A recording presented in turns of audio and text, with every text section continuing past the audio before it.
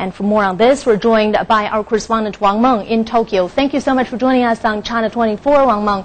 So after going around and talking to some people there in Japan, what are the reactions from these people?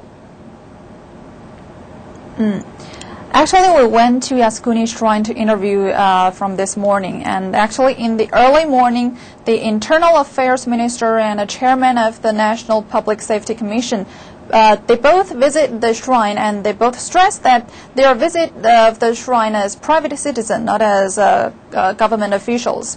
Japanese media reported this kind of visit with the minister's quotation: "It is a private act and it won't cause any concern." And Japanese media reported this their comments underlined again the wide perception gap on Yasukuni between right-leaning Japanese politicians and many foreign leaders.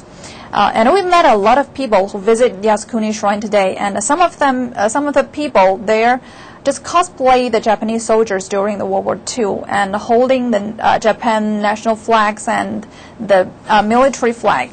And in the afternoon, there is some of the gathering of people who opposed the Japanese officials' Yasukuni visit. And there is a boy who is just 23 years old. He told us that his grandfather attended the World War II and in China with Japanese military.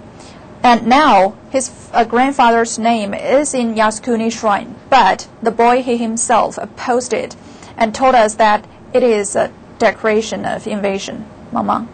Well, Wang Meng, we also know that Prime Minister Shinzo Abe delivered a speech on this anniversary.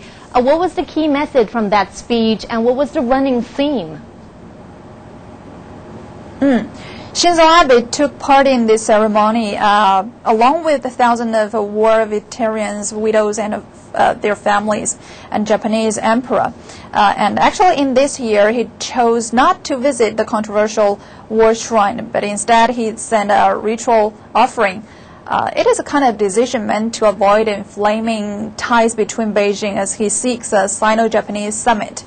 Actually, the emperor led the memorial that remember those who died directly and indirectly from the fighting during the war. And the emperor said, "I would like to express my heartfelt condolences to those who fell during the war and in the flames of the war. And I pray for the world peace and our country's prosperity."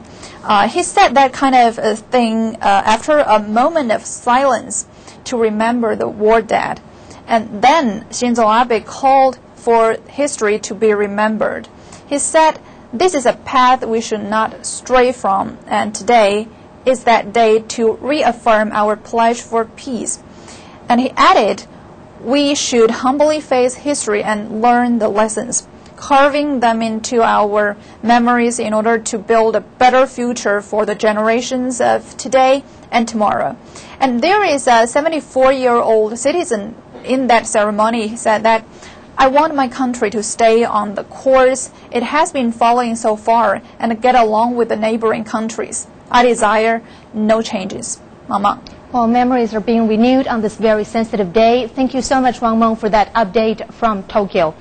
Meanwhile, China's Foreign Ministry said on Friday that it resolutely opposes Japanese Prime Minister Shinzo Abe's offering to the Yasukuni Shrine. In a statement on the ministry's website, spokeswoman Hua Chunying said Shinzo Abe's offering once again reflects the Japanese government's wrong attitude towards history, and that the essence of the Yasukuni Shrine issue is whether the Japanese government can face up to its history of aggression and honor its commitment on historical issues. She also urged Japan to earnestly reflect on its history of aggression for the healthy development of Sino-Japanese relations.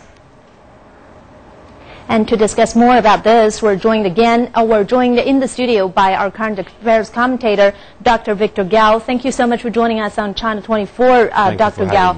So Japan surrendered 69 years ago, but if we take a look at the political landscape of